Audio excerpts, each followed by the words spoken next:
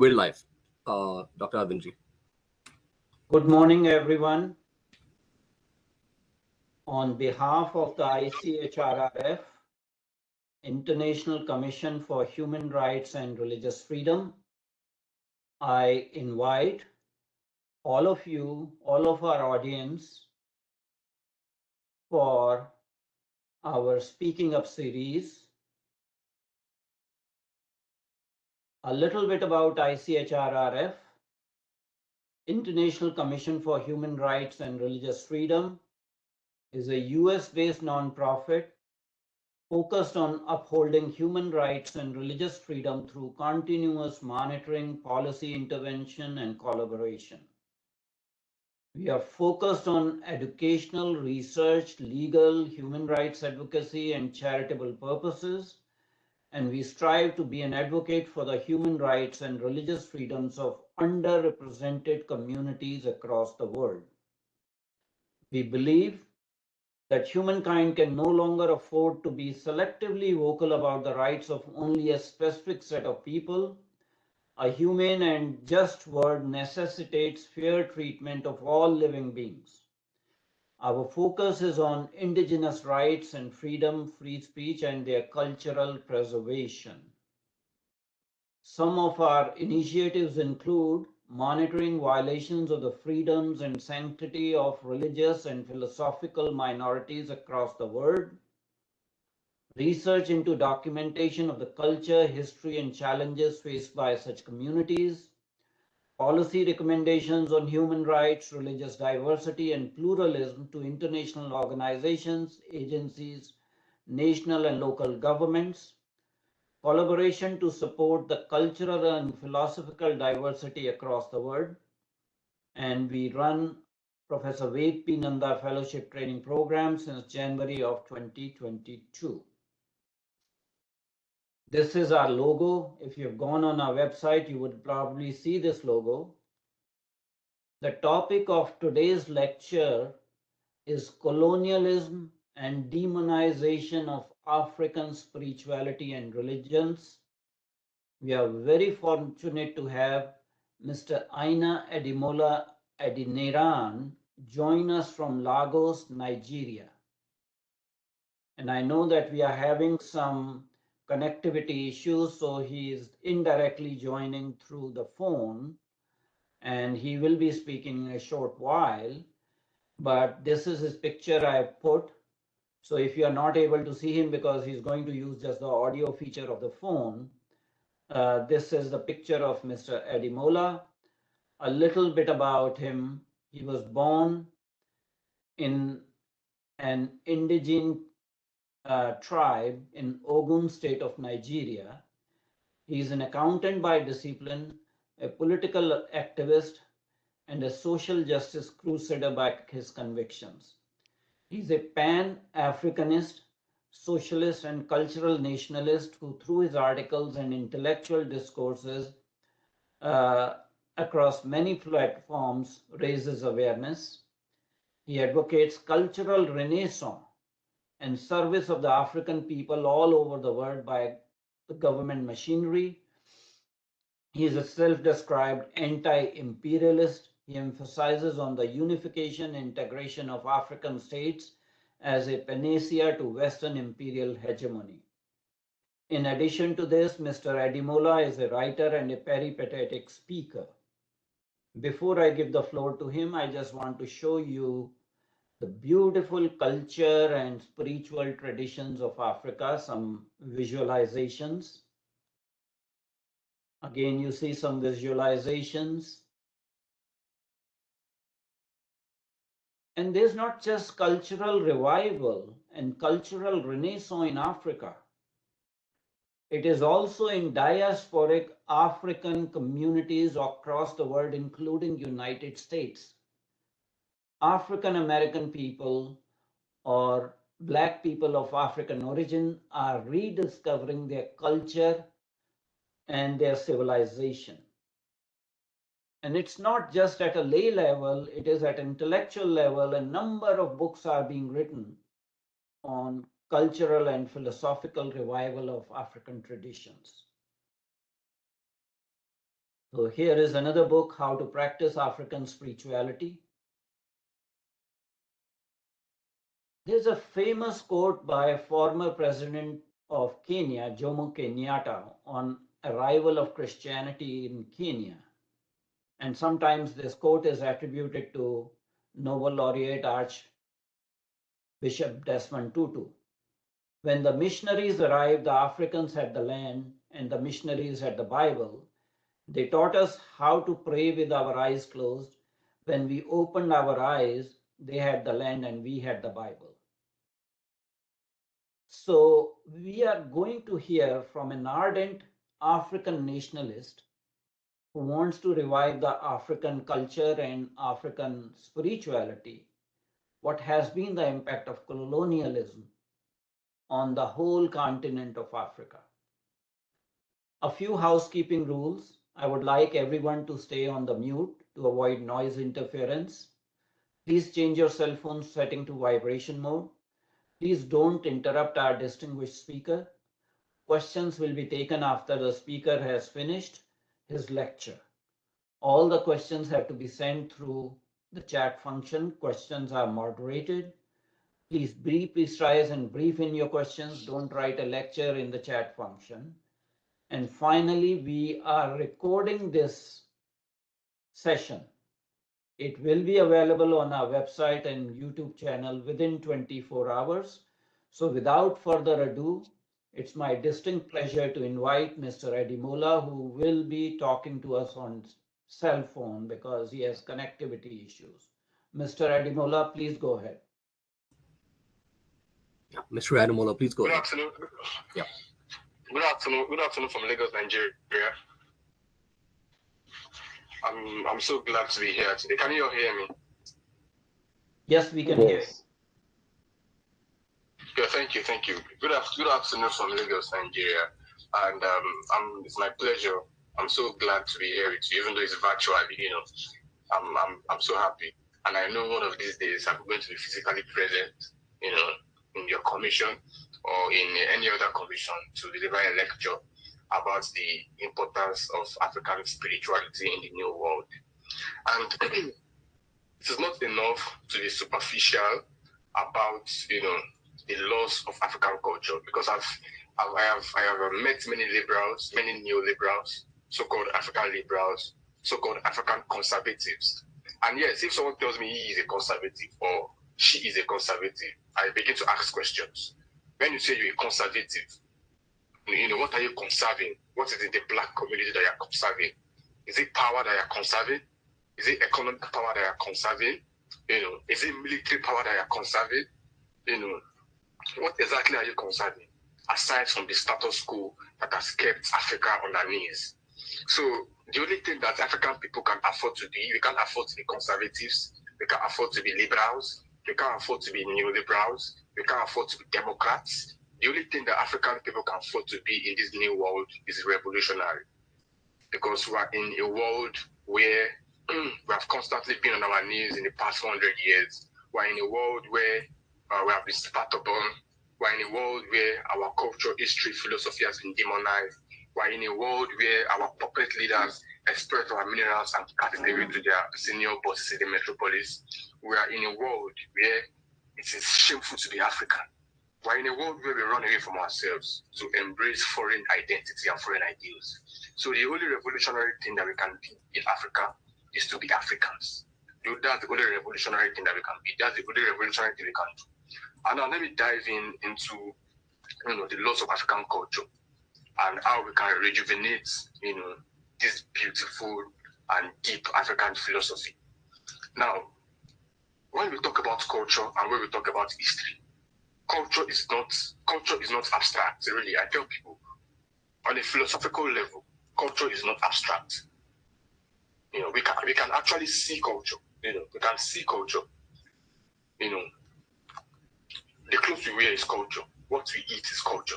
The food we eat is culture. You know, how we communicate is culture. Our interpersonal intercourses is culture. You know, and before culture manifests in form of music, in form of dance, in form of attires, in form of marriages, you know, in form of theater, in form of social, in form of the social ethos. Culture first originally originates in the mind. I think culture is a spiritual phenomenon. Culture originates in the mind before it manifests physically. So on a spiritual level, culture is a spiritual thing. It's a mental thing. It's a philosophical thing that unites the people. We can say Africans as a people from Africa as a people from the same continent, have the same worldview, have the same geopolitical interests, have the same cultural, have the same cultural attachments, So you can see how culture unites the people. And as I said, culture is spiritual, it is the mental before it manifests physically. And now, if we are going to address the loss of African culture, or if we are going to address the impairment of African culture, we have to address the fundamental problem with the African mind.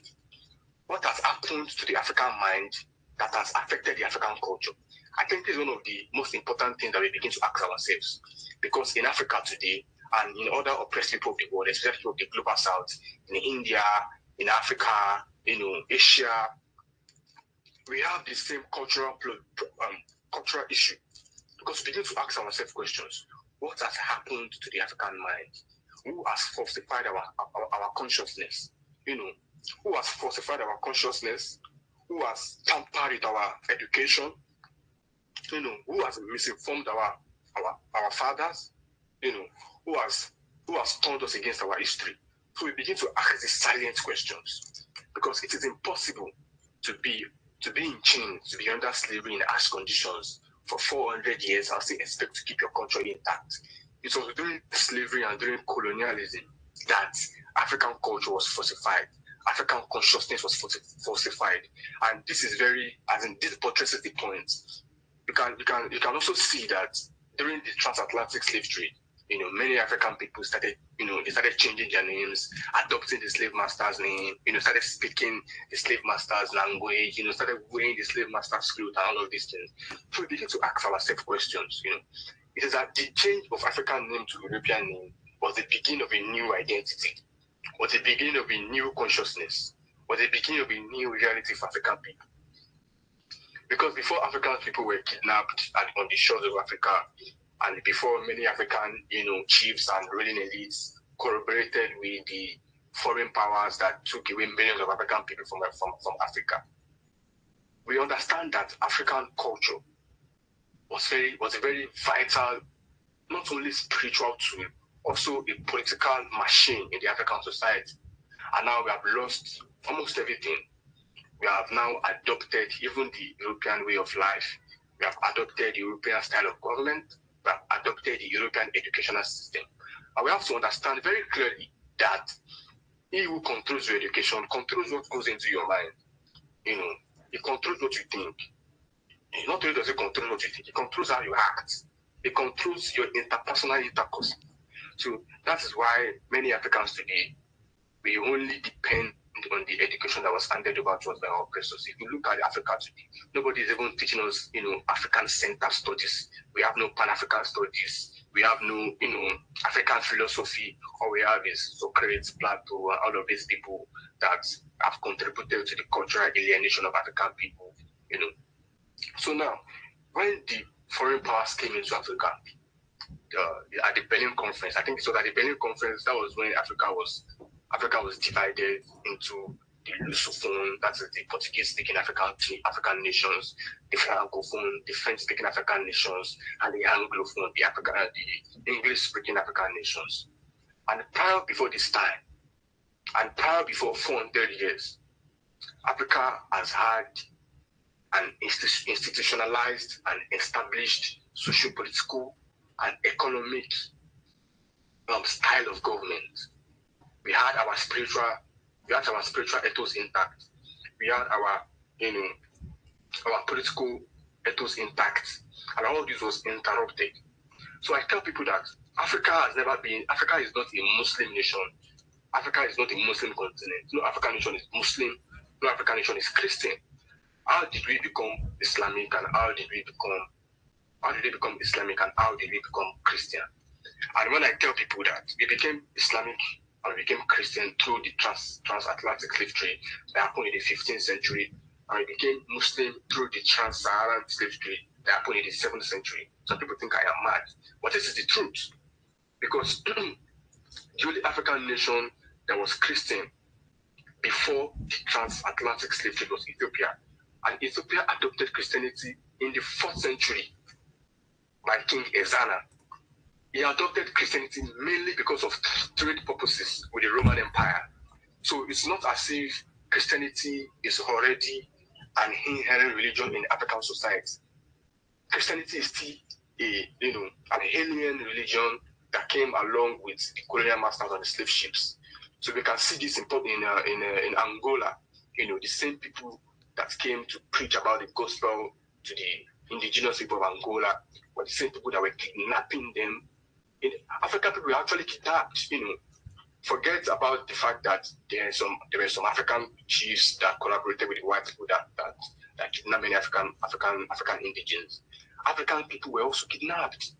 We were kidnapped from the shores of Africa. So it is very superficial and inaccurate to say that Africans sold Africans into slavery. Africans sold their brothers into slavery. It is very superficial and inaccurate, and it shows how really miseducated someone is if someone buttresses on this point. Of course, it is right that many Africans sold their brothers into slavery. Of course, we have sellouts, we have bastards in every community, right? But this minor and these few African chiefs that sold their people into slavery cannot account. It is inaccurate to say that these few people that sold their brothers into slavery are responsible for this gigantic, intercontinental escapade called the transatlantic slave trade. The transatlantic slave trade came with three. It came with the marine, it came with the money, it came with the marines, it came with the money, it came with war. It was an act of unprovoked war on African people. Let's take Portugal for an example, right? Let's take Angola for an example. The king of Angola, who was a Christian, because Angola was colonized by Portugal. The king of Angola wrote several letters to the king of Portugal, complaining about the kidnap of his people by the Portuguese missionaries. He wrote over 20 letters. To the Portuguese crown. All were ignored. He stated in his letter that in nobles and sons of nobles have been turned into commodities. He wrote about it. The Portuguese were kidnapping people, right? They were kidnapping people from the shores of Africa. He wrote several letters. In a span of, I think, 20 years, he was complaining desperately and vehemently to the Portuguese crown how the same people who have come to preach the gospel of Christ are kidnapping people, are kidnapping his indigenes. All his letters were ignored until the man died. So now, as like I said, it is superficial to say African people participated in the slave trade. But it is also true that many Africans fought against the slave trade. It is not enough to talk about African oppression. It is very vital to talk about African resistance to oppression, because we actually resisted oppression. For example, the Kru people of West Africa, whenever they were kidnapped or sold into slavery or kidnapped, what did they do? They just committed suicide. Committed suicide. And so they became useless to the slave masters, and they became useless to themselves. We learn about the 1804, Igbo landing, the Igbo people from the Bight of Biafra, that 72 people that drowned themselves on the plantation in America, So I digress. So when these people came to Africa, right, they did not understand the spirituality of African people, and it is something that is common. It's a colonial element. It's one of the fundamentals of a colonial attitude, that they demonize what they do not understand. So when they came to Africa, the first person that converted the Bible to Yoruba, his name is Bishop Ajayi Crowther. He was sold into slavery. Then he became liberated. Then he joined the missionary, But in a bid in translating the Bible from English to Yoruba, he demonized the African spirituality. It demonized the Yoruba religion. And how do I mean that it demonized? Now, these people, first of all, when they came to Africa, right, as long as you are not a Christ-worshipping Christian, you are automatically a pagan. It doesn't matter if they do or they don't understand the way of life. You do not take into account the differences in spiritual, the differences, the intercontinental differences. But as long as you are not worshiping Christ, you are a pagan. Excuse me. This has been the case. This is how we have been demonized. So when they came to Africa, they said one of the most important idols in the Yoruba pantheon, which is Ishu. They call it Satan. And how do you mean Ishu is Satan? Ishu cannot be Satan. Why can't Ishu be Satan? I will explain. Ishu cannot be Satan because there is no equivalent of the word issue in English. So it is inaccurate for you to try and qualify one of the most important gods in African spirituality and equate it to Satan in English. Okay, for example, Greek gods like Zeus, Greek gods like Zeus does not exist in any African language. Why?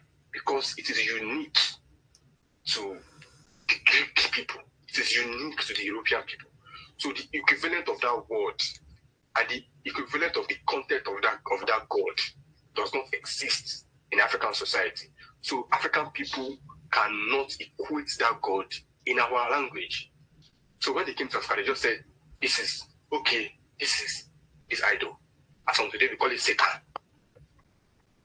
That was how they got to America in 1492. Christopher Columbus, the genocidal criminal, and a colonial gangster that is being celebrated till today as the founder of America. Christopher Columbus came from the Iberian Axis. He came from the Iberian Peninsula. Christopher Columbus was he was a Spanish guy that got lost on the Atlantic and was welcomed by the Aboriginal Indians, the Aboriginal American Indians. He was welcomed. And what did he do? He genocided them, took over their land in 1492, and set the stage for this American hegemony that we see today.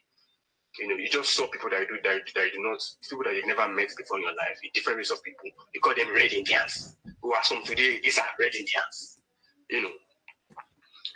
The same way they came to, I think Zimbabwe, Victoria Falls. They saw all the beautiful lakes in Africa. They say Lake Victoria. They came to River Niger in Nigeria. They said Mongopa discovered River Niger. There have been millions of African people that have been living around River Niger for decades, for centuries. And doesn't mean that a place doesn't exist until a white man discovers it. And this is the same thing that applies to African spirituality. It is because they do not understand the content of our spirituality that they just call us pagans, they call us infidels, they call us all sorts of names.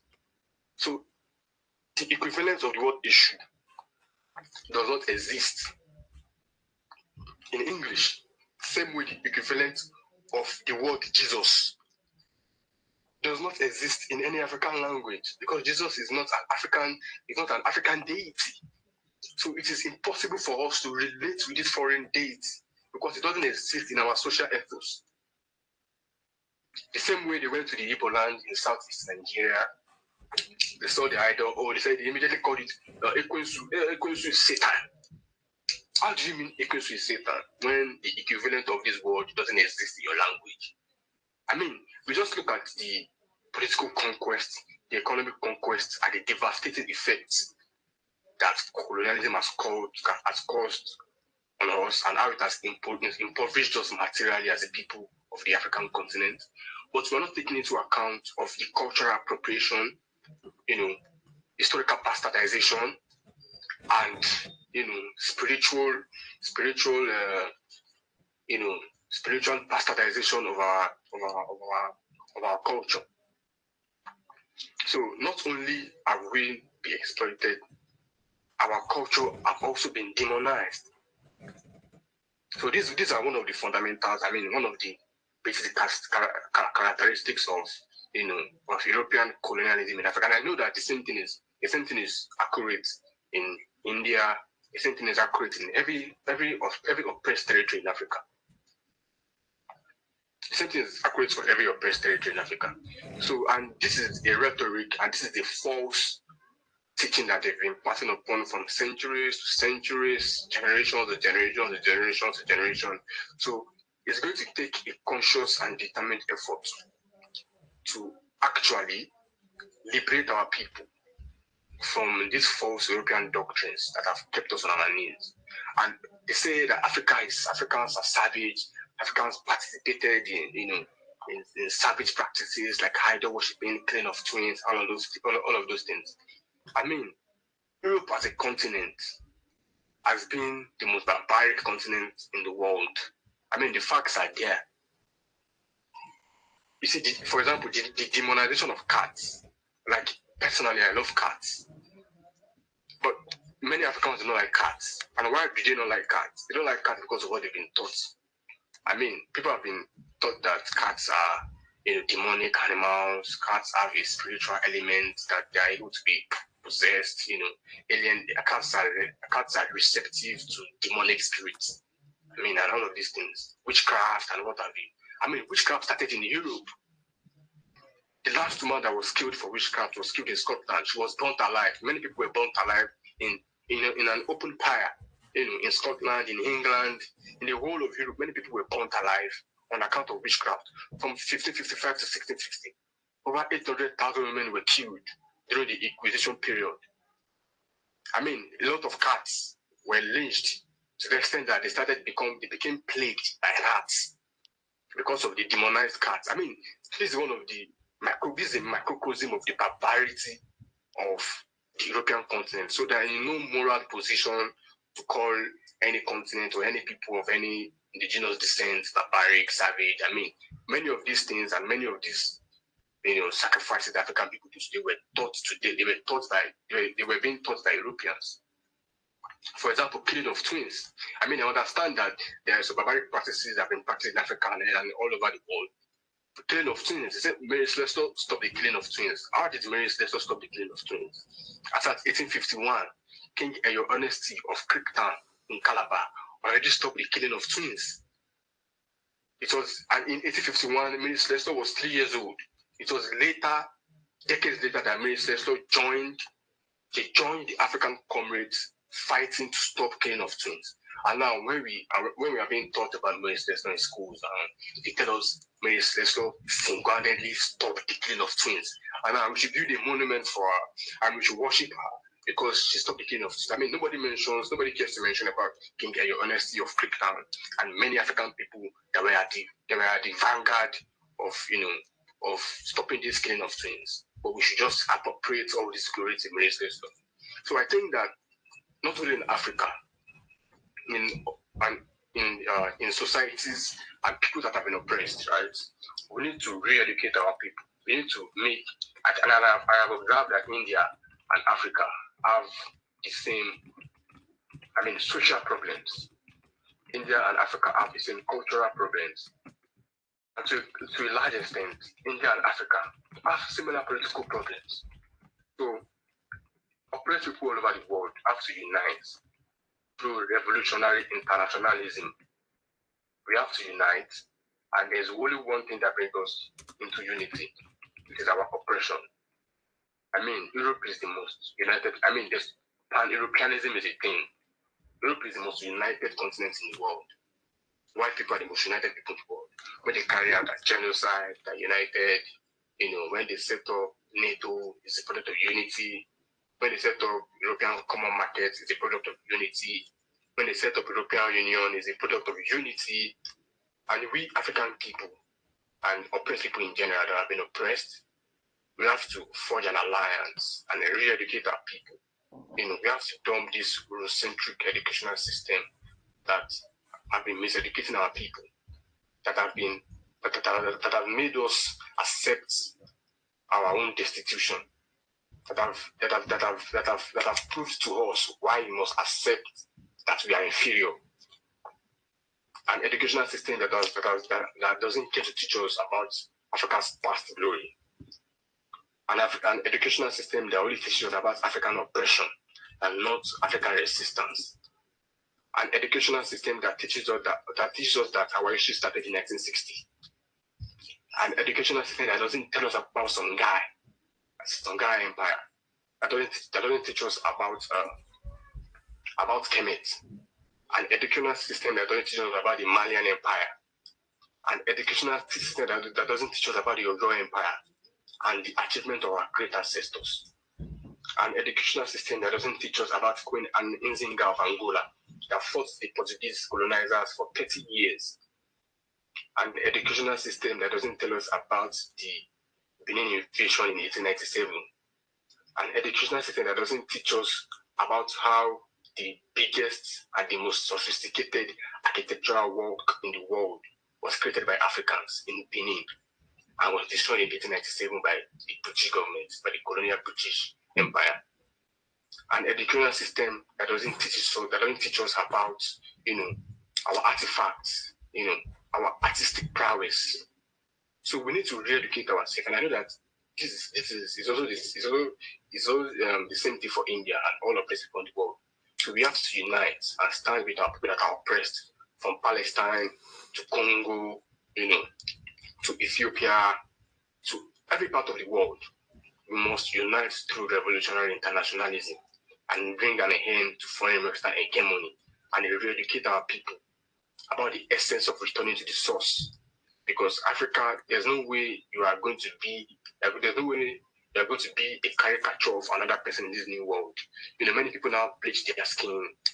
Many people use makeups, do wigs just to look like white people. But there is comfort in being yourself. The only revolutionary thing that we can do as African people is to be African. And that is why I love being African in everything I do. The way I speak, the way I dress, what I eat, my interpersonal relations. My social relationship is structured by my love for Africa. So I think this should be the case for Africa. This should be the case for all of us people. We should re-educate our people about our spirituality. We should re-educate our people about the essence of returning to the source. I think I'm going to stop here for now. Thank you very much.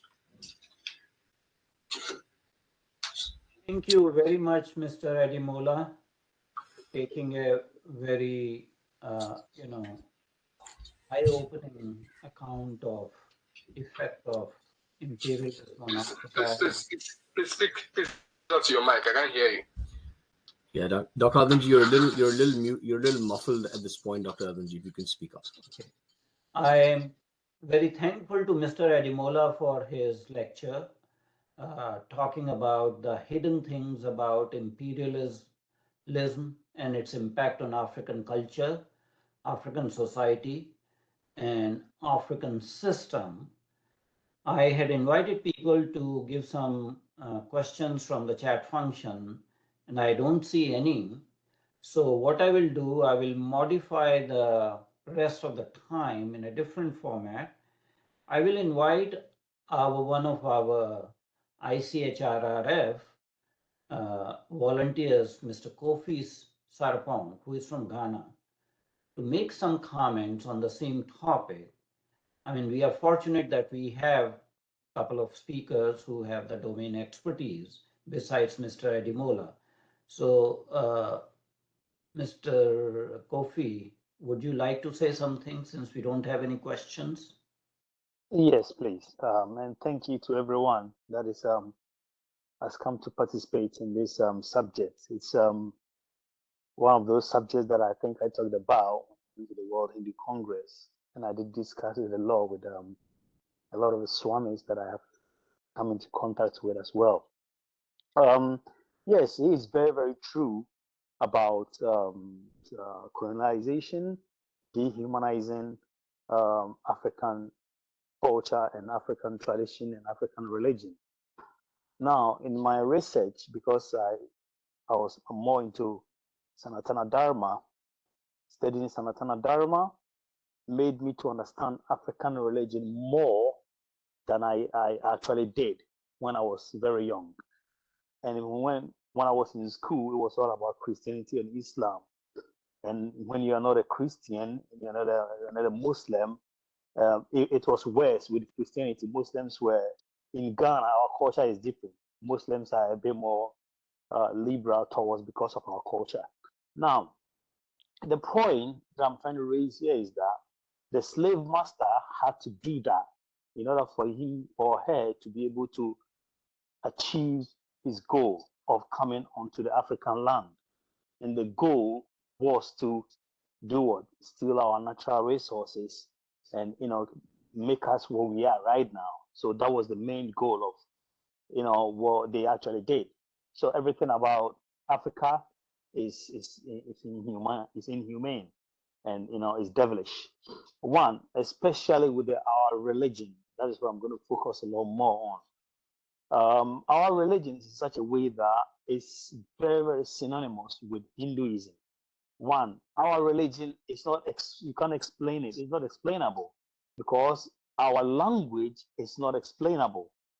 This goes a long way to tell us that our language, that traditional language that we speak in Africa, is very, very, very original and is very unique because it was developed historically from thousands and thousands and thousands of years. Events happen, and then our spiritual fathers, they're able to get a word spiritually to describe what has happened. So you can't explain it. From my research, that is how I got to understand that we even come to speak our language. Right now, as I speak, there are some of I'm an Ashanti, and I'm from Ghana.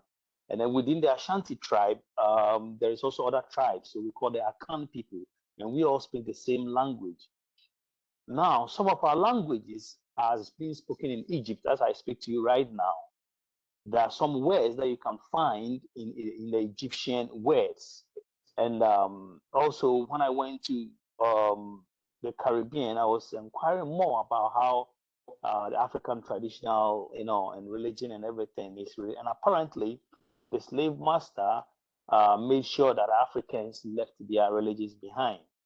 Not because of anything, but because they made an attempt to de-unify us. But to de-unify us, it means that you have to make sure that you destroy the core, the core thing itself that unites us. And what unites Africa most is our religion. And from the studies that I have done, and from talking to a lot of people, I come to realize that our religion, because we are more of I'll probably say Shivites. When I do a little bit of comparison, because we like to worship something that we can actually kind of like get interaction with. So you will notice that all our practices in such a way that we use a lot of things like beads, we use the cowries, we use so many things, in practicing whatever we practice. And because it's spiritual and we get this thing spiritual, we can't explain it.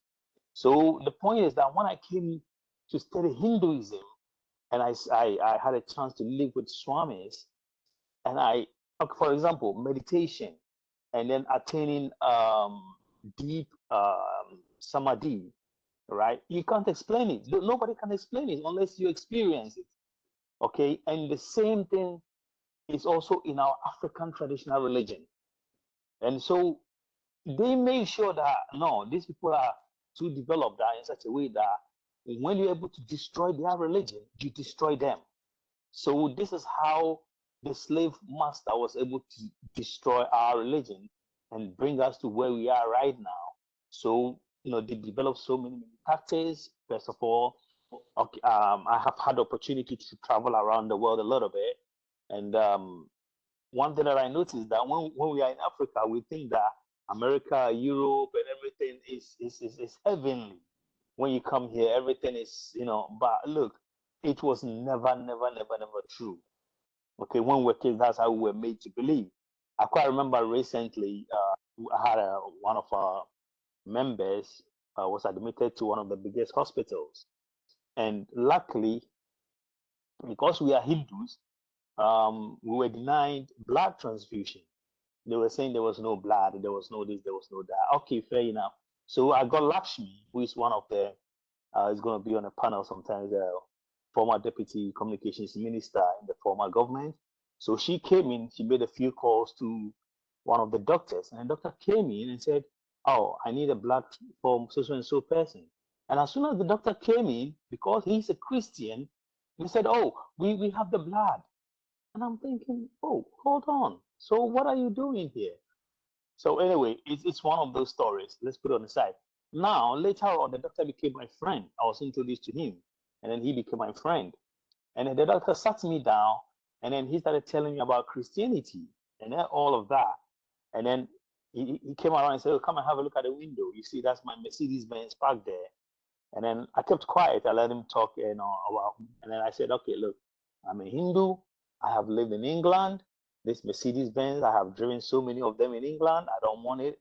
And I've left it and I've come to that. It's not, my path is not about material acquisition. Okay, that is Hinduism.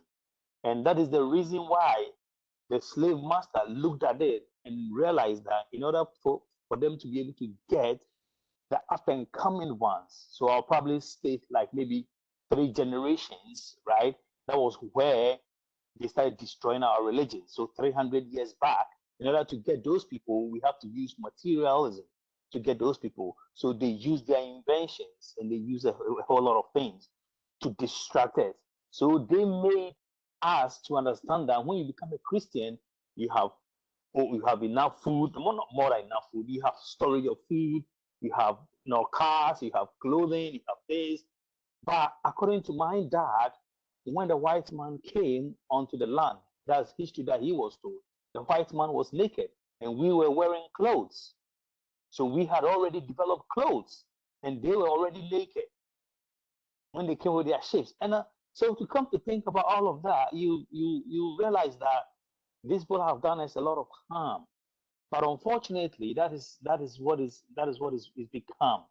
Okay, so now for us to fight back, people like us have to explain it a lot more further. And I'm glad that Sanatana Dharma, I don't want to use the word Hinduism, because when you use Hinduism, it's being associated too much into something that a white man has misrepresented and even misinterpreted what is Hinduism. I remember some time ago when we were talking about a caste system with His Holiness Swami Gananand. The caste system was explained so much and so well that it means that it was in every fabric of society wherever you go. At that time, I have never traveled. But when I went to Japan, I saw the caste system was there. It was natural. It's not something that somebody developed it.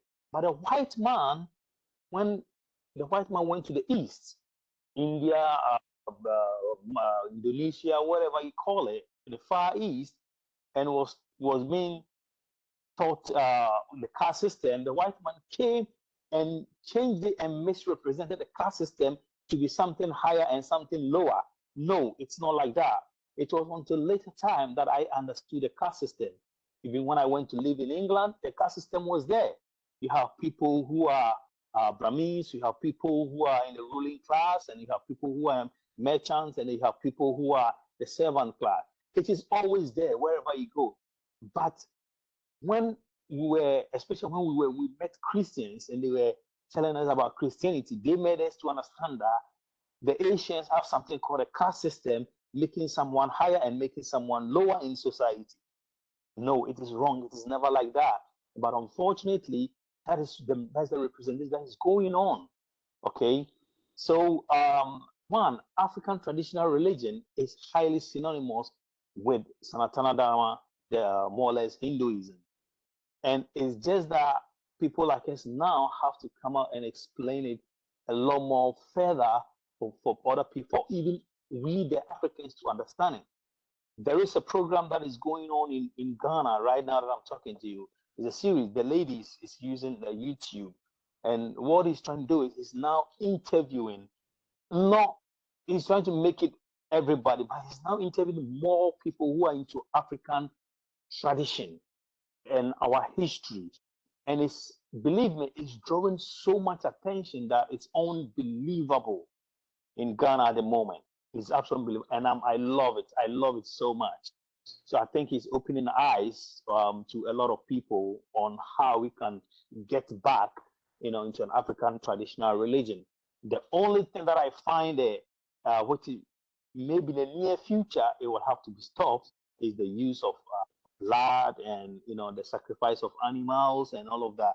And I quite remember I wrote when I wrote an article for a presentation to the youth. I was supposed to be in India last December.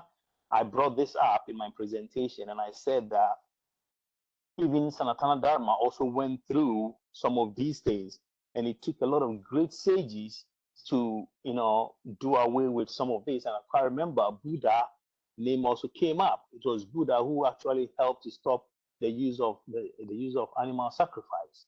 So it's a challenge for every religion. Now, when we Africans understand what we are doing and we can change it a lot more better, I think it will also help. And then it will attract a lot of people. And the way we lived also showed the way our worship and everything was going.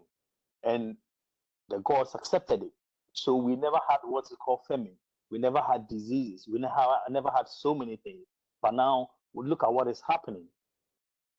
There's so much that is going on. And I think because of time, I'll leave it here. Maybe there might be a second program on this topic that I might, talk more and give more information on that. So thank you, everybody, for now. Thank you, Mr. Kofi Sarpong, for a very fascinating comparison between African spiritual and religious traditions and essence of Sanatan Dharma. Again, since we do not have any questions, I'm going to invite comments from two more people from the audience.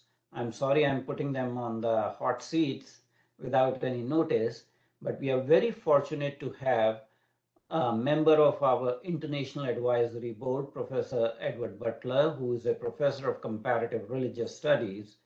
Professor Butler, would you like to make a few comments on this topic, please? Kindly unmute yourself.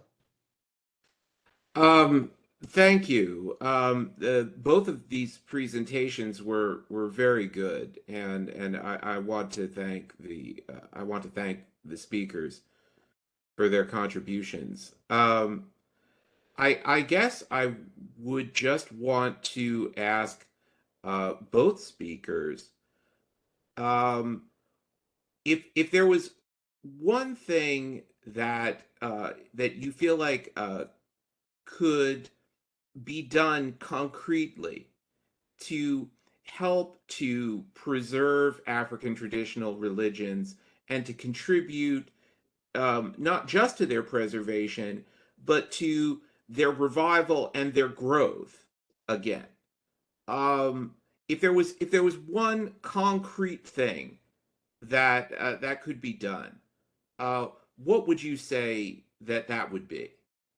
Thank you. Carl, can you put Mr. Ademola? Yes, Mr. Ademola, please go ahead. First of all, I'd like to make an analysis. The reason why we have missionaries in Africa is not because of the love they have for Africa. You can see that they translated the Bible they translated their Bible to our language, and they never translated any other thing. They were not interested in us as a people. The missionary education in Africa was to integrate us into Western society. This is the core of missionary education in Africa: integration and assimilation of African people into Western society. So that's why the prerequisite for being in Western schools during those days was to abandon your African history, abandon your African culture, abandon your religion. I mean, in many African schools, you are not allowed to speak your native language. They call it vernacular. They even punish you for speaking your language. So missionary education in Africa was just integration of African people into Western society. And how do we rejuvenate and revive African culture that has been lost or that is being lost?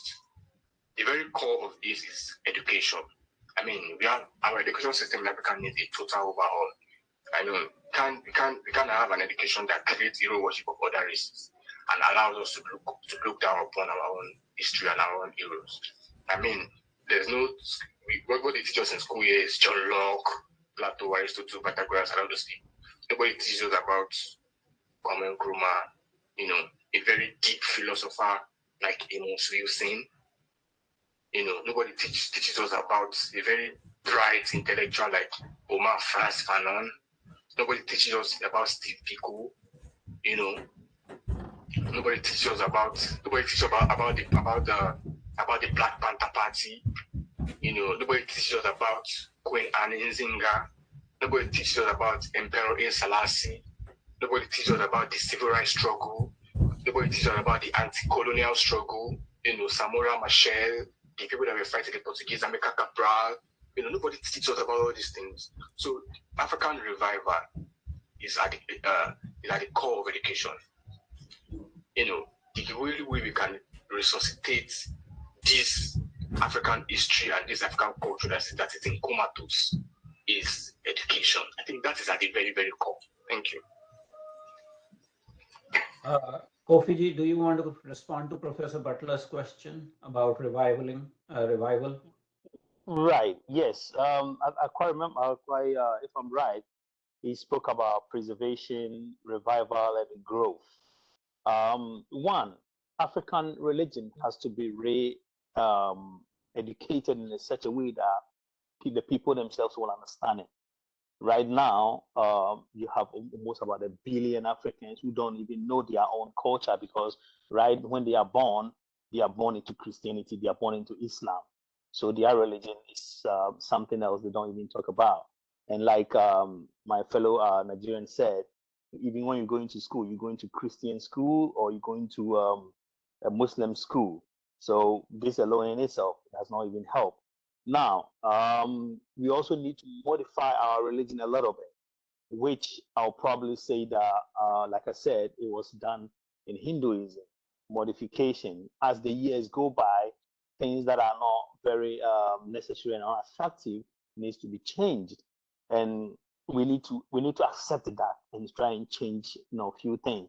So, for example, there was one of the kings who in Ghana was a member of the Hindu monastery. And then he came to Swaminji and asked Swaminji about the sister has to continue doing the traditional practices. And Swaminji said, yes, you have to, because the gods that you are representing as a king, they will accept whatever you give them. But this is how you should go about it. And the guy is still a king up until now. So he was lucky he had a Swami to tell him what to do. Thank you, Mr. Kofi Sarpong.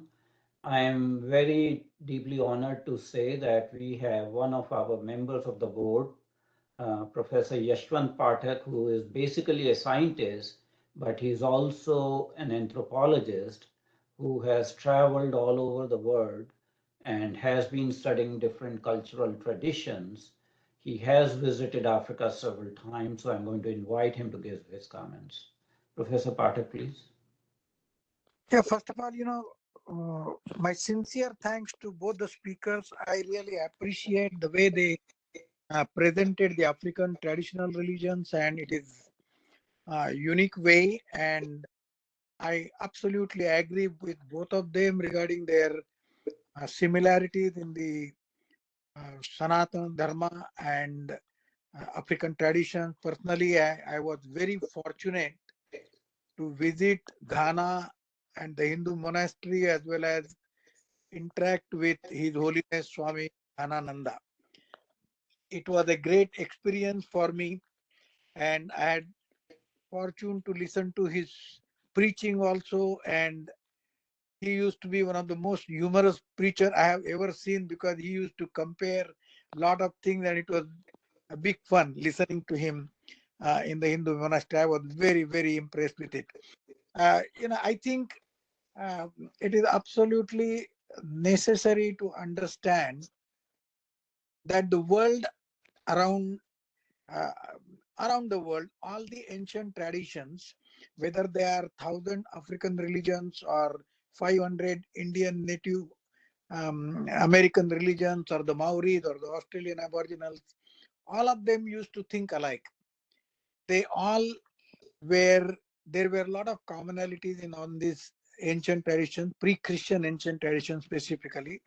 Unfortunately, the world was divided into believers and non-believers, and that created a lot of challenges.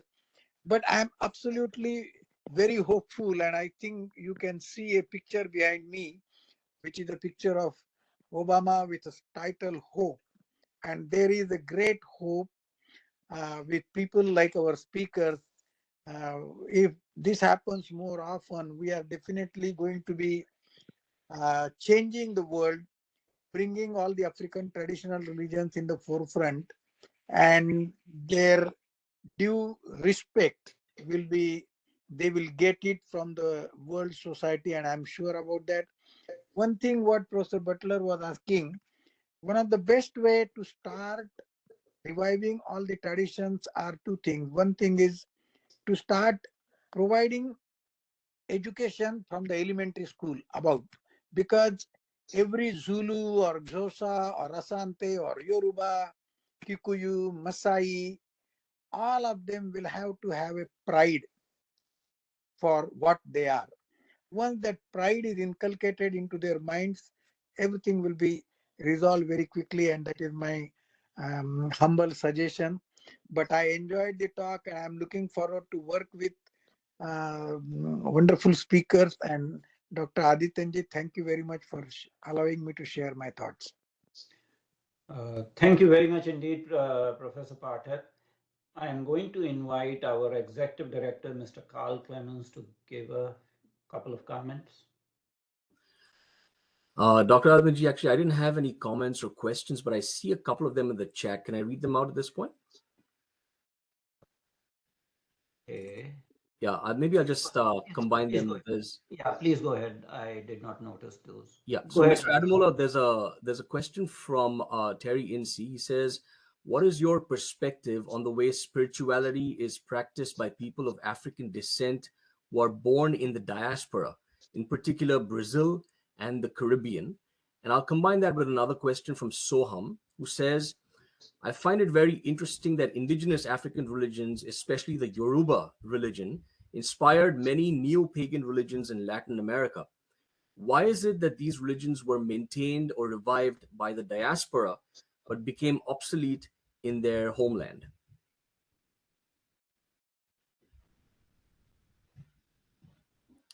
Mr. Ademola, are you there?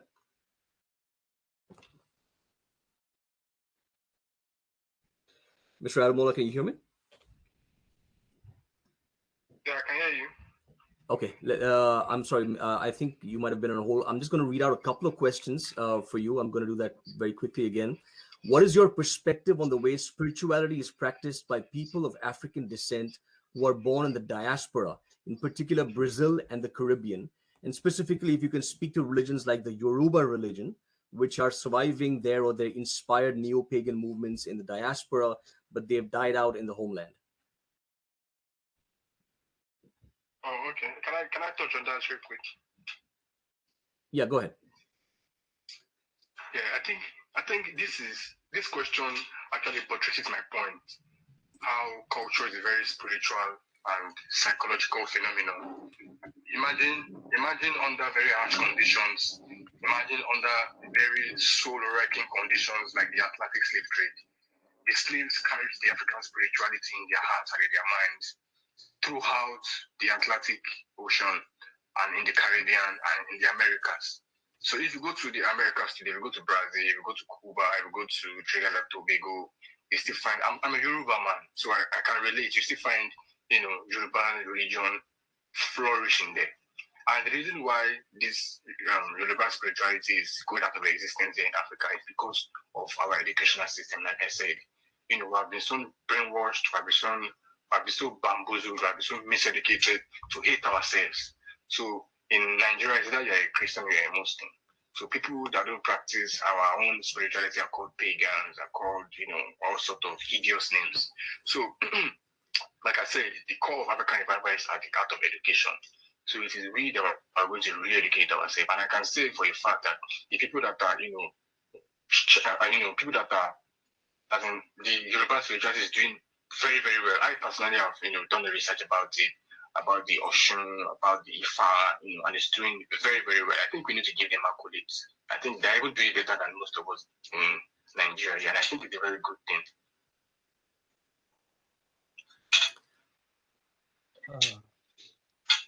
Carl, do you want to read Soham's question? Yeah, I think that was kind of answered by this as well. I kind of combined both the questions and asked, so that should be fine. I see in the chat function there are a number of comments by Kelvin, and one of them was correction about Christopher Columbus' origin, whether he was Spanish or Italian, and generally the received wisdom is that he was an Italian, not Spanish. So he's trying to correct Mr. Ademola. There is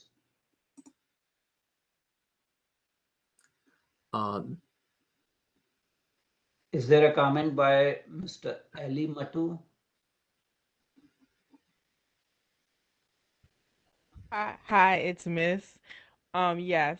So I am first generation West African of Senegambian and Liberian descent. So I was born and raised in the diaspora, in particular in America. So I'm not an expert. I'm just going based on what I've seen growing up. So this question comes up a lot in particular. I've noticed living in America where people just they can't seem to conceptualize how different African traditional religions are still um they're still practiced in the diaspora but not on the continent, and that's kind of how colonization comes into play. They still were practicing these religions when they were taken to these places, whereas the people who were left on the continent were basically, you can, in a way you can say, brainwashed, or their religions were demonized. So that's why a lot of Africans now are Christian, Muslim. I have heavy Islamic influence in my background. I'm actually trying to get reconnected with my indigenous religion. So I have to go on the ground, and I'm part Fulani, so they don't have any other religion but Islam. And I respect what religions my ancestors were practicing, Abrahamic religions, because that's what helped them. I do want to still honor that, but I'm interested in what they were doing before Arab colonization, you can say, in European. And I wanted to say I've noticed that with the Yoruba religion, wherever it went, wherever, like, it seems to dominate wherever the people who, I guess, practice it went. Like in context to Brazil, a lot of people practice Yoruba, but in truth, the religion is very dominant there, but the majority of the people there, because I do like study their culture and watch a lot of their things, are actually Angolan and Congolese. It's very the influence is very, for me, I can see the Congolese and Angolan influence in their culture because they're very eccentric people.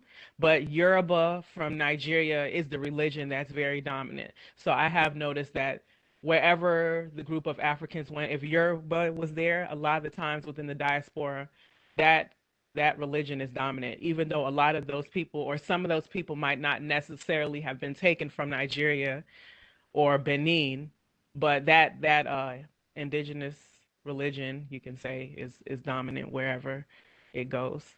Um, but that's all I wanted to say. Thanks. Thank you very much indeed, Ms. Alimatu.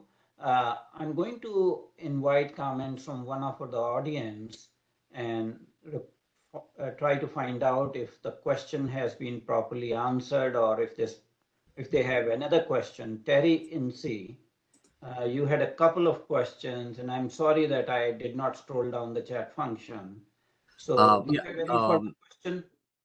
Yeah, actually, Dr. Adenji, I did read out Terry's questions, but Terry, if you had anything else you wanted to add.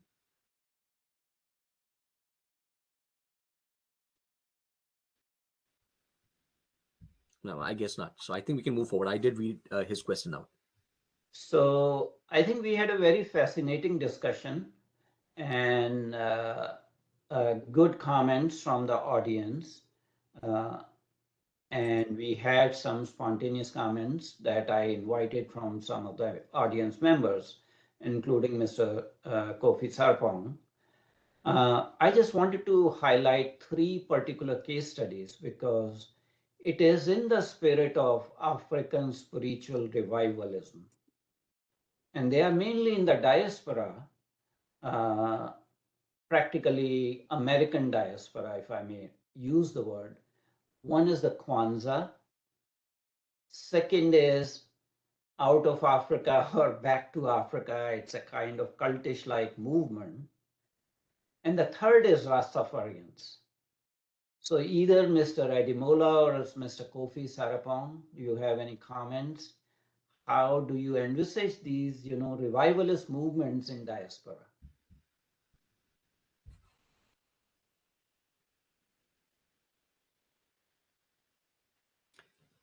Mr. Ademola, did you want to speak to that? Revivalist movements in the diaspora. Please come again with the question. I didn't get it very well. Dr. Adenji, you just want to quickly repeat the question? Mr. Ademola, there are revivalist, African spiritual revivalist traditions in diaspora, especially North America. And there are 3 of them I'm concerned asking you about. One is the Kwanzaa as a Pan-African cultural revivalist festival. Second is out of Africa or back to Africa. It's a kind of cultish movement in United States. And third is Rastafarian religious tradition in Afro-Caribbeans. Do you have any comments on these revivalist movements? I think it's a very good thing. I think it's as a Pan Africanist, I think I'm very glad it is at the heart of Pan Africanism that African people, as in people of African descent all over the world, unite and claim Africa's place under the sun. So when I see revivalist movements in the Caribbean, in the diaspora, in the United States, in the Americas, I think it's something else. I think it's something every African should be proud of, because this is the tip of the iceberg of African revival. Mr. Sarpong, do you have any comments on that question? Sorry, I think I was disconnected for some reason, so I just came in the middle when I just heard something, so I didn't hear the full thing. But I think whatever movement that Africans are trying is that they are trying to draw attention to the fact that Africa still has a religion and still has a culture that we need to get into and stop, westernizing ourselves. And I think that is my understanding. So anything that are Black Americans or people in the Caribbean are trying to do is just to draw their attention that they are still there. They still remember some of their roots and some of their religion. We don't want to leave it behind. It's a good start. There's nothing wrong with that. Yeah. All right. Thank you very much indeed to Mr. Ademola for being available to us from Lagos, Nigeria, despite all the connectivity problems. We enjoyed your lecture and it generated a lot of discussion, which was very fascinating indeed. I am also thankful to Mr. Kofi Sarpong and all the members of our audience who gave their perspectives and comments. I do need to apologize that I did not scroll down the chat function, so there was some confusion, but we have sorted that out. Before we end this program, I just want to make an announcement that this lecture is being recorded. It will be available on our website, and people who have expressed interest in pursuing this subject further, please stay connected with us on our website, and we shall work for future programs. This is not the last program on this particular topic. As an international commission on religious freedom and human rights, we are concerned with preservation and nurturement of all the diverse, pluralistic, spiritual, and religious tradition. So we will continue to work on the topic. Stay engaged with us. If you have any questions, you can contact Mr. Clements or myself. We will always be available. And with those comments, I'm going to end this meeting. Thank you very much indeed, everyone, for your patience, for listening to our esteemed speaker despite connectivity issues, not being able to see him. So I really admire your patience, and we shall meet again. Thank you. Namaste.